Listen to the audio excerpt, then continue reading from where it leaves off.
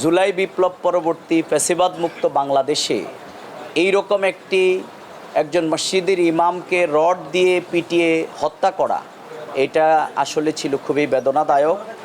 এবং ফ্যাসিবাদ মুক্ত বাংলাদেশে আমরা মনে করি এটা নতুন ফ্যাসিবাদের আরেকটি উত্থান। সুতরাং এই অবস্থায় আমরা বিস্তারিতভাবে আপনাদের কাছে তুলে ধরবার চেষ্টা করেছি। আমরা মনে করি না যে বাংলাদেশ আবার হেলমেট বাহিনী থেকে রড বাহিনীতে কেউ পরিণত করুক। এটি হচ্ছে আমাদের মূল কনসার্নের জায়গা।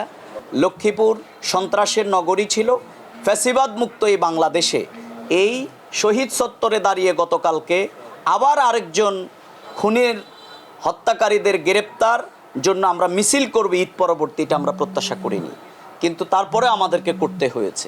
এবং বিভিন্ন জায়গায় এখানে অকারেন্স বিভিন্ন রকম হচ্ছে। আমরা সহাবস্থানে বিশ্বাসী, আমরা শান্তিপূর্ণতায় বিশ্বাসী।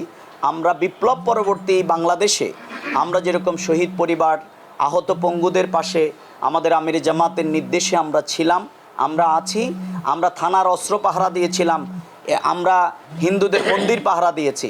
একটি শান্তিপূর্ণ সহাবস্থান, একটি সুন্দর পরিবেশ বিনির্মাণ, উই ওয়ান্ট জাস্টিস, ইনসাফ ভিত্তিক বাংলাদেশের যে স্বপ্ন আমাদের তৈরি হয়েছে, আমরা আশা করি এটি বিঘ্নিত হবে না, বরং এটিকে এগিয়ে নিয়ে যাওয়ার জন্যে এই খুনিদের গ্রেপ্তার করতে হবে।